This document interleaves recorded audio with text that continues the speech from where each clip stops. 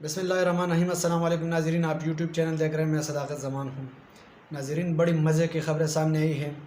امریکہ نے پاکستان کے بعد انڈیا کو بھی دھمکی دے ڈالی، اس پر تفصیلاً بات کریں گے۔ اور پاکستان میں جو پنجاب کی حکومت ہے، جو پورے پاکستان کی حکومت بناتی ہے، وہاں پر بھی پاکستان پیپلز پارٹی نے اپنے قدم جمائے ہیں اور بہت سی وزارتوں کے لیے انہوں نے مطالبہ کیا ہے، اس پر بھی تفصیلی بات کریں گے۔ پاکستان اور سعودی عربیہ کے درمیان جو معاہدات ہوئے، ان کا جو اعلامیہ ہے وہ بھی سامنے ہے، اس پر بات کریں گے۔ لیکن جو سب سے ضروری ہے اور جو سب سے امپورٹنٹ ہے، ایک تو میرے طرف سے تمام خیبر پختونخوا کے اور تمام امت مسلمہ جہاں پر بھی کل عید ہوگی، ان کو میری طرف سے چھوٹی عید کی بڑی خوشیاں بہت بہت مبارک ہو۔ لیکن ساتھ ساتھ دو گزارشات میں نے کرنی ہیں۔ ایک گزارش تو یہ کرنی ہے کہ خدا را اپنے بچوں کو بھی سمجھائے اور خود بھی ہوائی فائرنگ سے گریز کرے، اس سے اجتناب کرے، کیونکہ ہماری ایک ہوائی فائرنگ کی خوشی کی وجہ سے کسی دوسرے مسلمان بھائی کے گھر میں غم آ سکتا ہے اور ان کی خوشی غم میں تبدیل ہو سکتی ہے۔ اور دوسری جو میں نے گزارش کرنی ہے وہ یہ ہے کہ جب بھی آپ عید الفطر کی نماز کے بعد مسجد سے نکلتے ہیں، تو جو لوگ جو ہماری فرسٹ لائن آف ڈیفنس ہے، پولیس، خاص طور پر پولیس، جو ہماری سیکیورٹی پر مامور لوگ ہوتے ہیں، وہ تمام مسجدوں کے باہر کھڑے ہوتے ہیں، تو خدا را ان کے ساتھ بھی اپنے عید کی خوشیاں شیئر کریں اور جتنا ہو سکتا ہے اپنے گھر پہ بلا لے اس کو، اپنے حجرے پہ بلا لے اس کو، اور اس کے ساتھ اس کو کھانا کھلائے، اس کے ساتھ گپ شپ لگائے، تاکہ وہ بھی اپنی خوشی آپ کے ساتھ شیئر کر سکیں۔ بہت بہت شکریہ۔ اب اپنی خبر کی طرف آتے ہیں۔ امریکہ نے مطالبہ کیا ہے کہ انڈیا پر پابندیوں کے بغیر رضاکارانہ طور پر ان کو یہ چاہیے کہ وہ روس کے ساتھ اپنا تعلقات ختم کریں۔ لیکن جو امریکہ کا وزیر خارجہ ہے اینٹونی بلنکن، انہوں نے کہا ہے اور انہوں نے تجویز دی کہ ماسکو سے تیل اور ہتھیار خریدنے پر بھارت پر پابندیاں عائد نہیں کی جائے۔ بھارت کو رضاکارانہ طور پر روس سے اپنا معاملات ختم کرنا چاہیے، یہ ان کا تجویز تھا۔ اور انہوں نے کہا کہ رضاکارانہ طور پر جتنا ہو سکتا ہے تو انڈیا کو بغیر دباؤ ڈالے روس کے ساتھ اپنا تعلقات ختم کرنا چاہیے، ماسکو جو کہ روس کا کیپٹل ہے۔ لیکن دوسری جانب جو ڈیموکریٹک پارٹی کے سینیٹرز ہیں، وہی پارٹی جس کا جو بائیڈن پریزیڈنٹ ہے آج، وہ ڈیموکریٹک پارٹی ہے، ان کا سینیٹرز کا کہنا ہے کہ روس کے ساتھ کاروبار جاری رکھنے سے روکنے کے لیے بھارت پر دباؤ مزید ڈالا جائے۔ ریپبلکن پارٹیز کے کا بھی یہی موقف ہے، اور جو ڈیموکریٹک پارٹی کے سینیٹرز ہیں ان کا بھی یہی موقف ہے کہ بھارت پر زیادہ سے زیادہ دباؤ ڈالا جائے کہ وہ روس کے ساتھ جو ان کے معاہدات ہیں، دفاعی سامان کا بھی معاہدات ہے اور جو جہازوں کا ہے، ان کو بھی کینسل کرایا جائے اور تعلقات ختم کر دیا جائے۔ تو اس کے بعد پتہ چلے گا کہ اب انڈیا کس طرح ان کے حکم کی تعمیل کرے گا، جھکے گا، جس طرح ہم جھک گئے، ہم نے غلامی تسلیم کی اور ہم نے خود ہی ان کے لیے ایک لفظ استعمال کی کہ یہ سازش نہیں، مداخلت ہے۔ لیکن اب ان کو بھی دباؤ، وہ تو کلیئر تمام اخبار میں آیا ہے،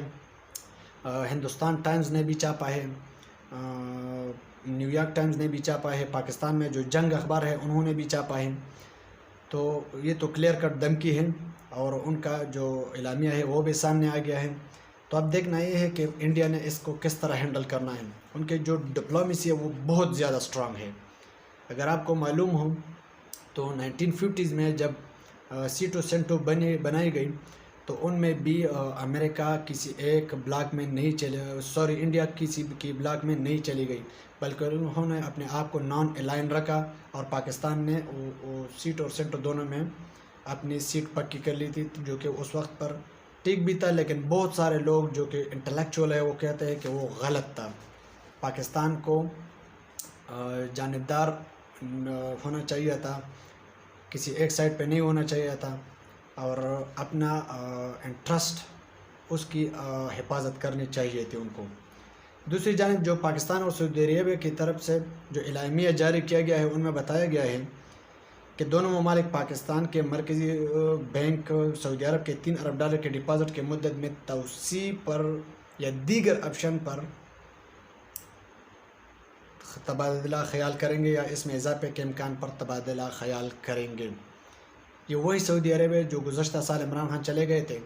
اور انہوں نے $3 ارب ہمارے اسٹیٹ بینک آف پاکستان میں جمع کرائے تھے تاکہ ہمارے کرنٹ اکاؤنٹ ڈیفیسٹ پر زیادہ بوجھ نہ ڈالا جائے اور ہمارے ملک کے معاملات آسان طریقے سے اور صحیح طریقے سے، نرم طریقے سے چلایا جائے۔ لیکن اب انہوں نے کہا ہے کہ ہم تو ابھی پیسے دینے والے نہیں ہیں، لیکن جو آپ کو دیے ہیں ان پر بھی ہم تبادلہ خیال کریں گے، اور انہوں نے ابھی تک مانا نہیں ہے۔ پاکستان پیپلز پارٹی نے پنجاب میں بھی اپنے قدمے جمانا شروع کر دیے ہیں، اور پنجاب میں ان کے تقریباً 7 سیٹ ہیں، لیکن ان کے بدلے اب وہ پوری کی پوری کیبنٹ کی آرگنائزیشن کو ڈسٹرب کرنا چاہتے ہیں۔ اور انہوں نے جو مطالبہ کیا ہے، ایک تو کیا ہے سینئر وزیر کے لیے، دوسرا کیا ہے جو کیا نام ہے اس کا مخدوم عثمان کے لیے انہوں نے فائنانس جو وزارت ہے ان کا مطالبہ کیا ہے، اور جو یوسف رضا گیلانی کا صاحبزادہ ہے علی موسیٰ گیلانی، ان کے لیے علی حیدر گیلانی کے لیے زراعت کی منسٹری کا ڈیمانڈ کیا ہے۔ اور ذرائع کا کہنا ہے کہ پیپلز پارٹی وزارت مواصلات ایک مشیر، ایک معاون خصوصی اور ایک پارلیمان سیکرٹری کا عہدہ بھی لینا چاہتی ہیں، اور انہوں نے یہ بھی وعدہ کیا ہے اور یہ بھی کلیم کیا ہے کہ گورنرشپ کے مطالبہ ابھی برقرار ہے، ان پر بھی بات ہو سکتی ہے۔ تو بلاول بھٹو زرداری اور آصف زرداری کی جلد ہی مسلم لیگ نون کے جو اعلیٰ ترین لیڈرشپ ہے ان کے ساتھ ملاقات ہوگی اور اس میں یہ ساری باتیں طے ہوگی۔ تو جناب 7 سیٹوں کے مقابلے پیپلز پارٹی نے تو اپنا پتہ نکالا اور ان کو اب استعمال کریں گے۔ 7 سیٹوں کے مقابلے میں ان کو 7 وزارتیں بھی چاہیے، اور جب ان کو 7 وزارتیں مل گئی تو اس کا مطلب ہے کہ پاکستان مسلم لیگ نون جو کہ سنٹرل پنجاب کی پارٹی بن چکی تھی، اب وہ سنٹرل پنجاب کی پارٹی بھی نہیں رہی۔ اگر یہ 7 وزارتیں ان کو مل گئی تو یہ کنفرم ہے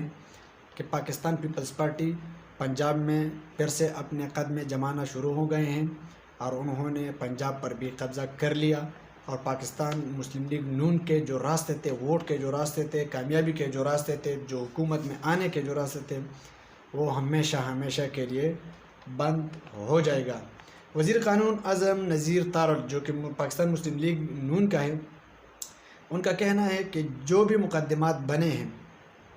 یہ پرائم منسٹر شہباز شریف صاحب کے کہنے پر بنائے گئے ہیں، لیکن دوسری جانب جو رانا ثناء اللہ ہے، وزیر داخلہ ہے، ان کا کہنا ہے کہ یہ وہاں کے جو لوگ ہیں انہوں نے خود بنائے ہیں، ہم نے نہیں بنائے۔ تو اب سمجھ نہیں آ رہا کہ کس کی مانے، وزیر قانون کی مانے یا وزیر داخلہ کی مانے۔ ان لوگوں کا آپس میں کوئی تعلق نہیں ہے کہ کوئی کس طرف جا رہا ہے، کوئی کس طرف جا رہا ہے۔ پچھلی دفعہ اگر آپ کو یاد ہو تو مریم نواز نے ایک اعلان کیا تھا کہ جتنے بھی لوٹے ہیں، جب پاکستان تحریک انصاف گورنمنٹ میں تھی اور یہ لوگ اپوزیشن میں تھے اور ان سے کچھ لوگ باغی ہو گئے، تو ان کا کہنا تھا کہ جتنے بھی لوٹے ہیں ان کا گھیراؤ کیا جائے، اور انہوں نے کہا تھا کہ جو ہمارے منسٹر صاحب ہے زبیر صاحب، انہوں نے بیان دی تھی اور پھر مکر گئے،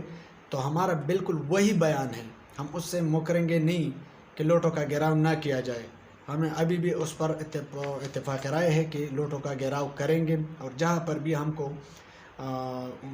غلط الفاظ استعمال بھی نہیں کرنا چاہیے، کسی کو جیالہ، کسی کو یوتیا، کسی کو پٹواری، لیکن انہوں نے کہا تھا کہ جو یوتیاز ہیں ان کا گھیراؤ کیا جائے گا۔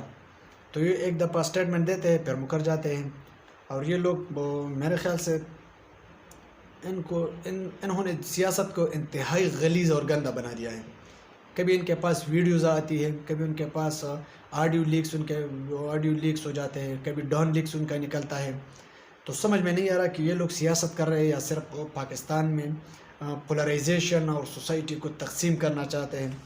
تو یہ نہیں ہونا چاہیے۔ جو بھی بیانیہ، جو بھی اسٹیٹمنٹ آپ دیتے ہیں، جو منسٹر لا ہے وہ بھی ایک بڑا پوسٹ ہے، اور جو وزیر داخلہ ہے وہ اس سے بھی بڑا ہے،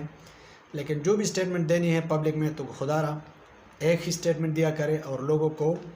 گمراہ نہ کیا جائے۔ اب تک کے لیے اتنا ہی۔ اپنا بہت سارا خیال رکھے گا، اپنے اس چینل کا بھی۔ اللہ حافظ۔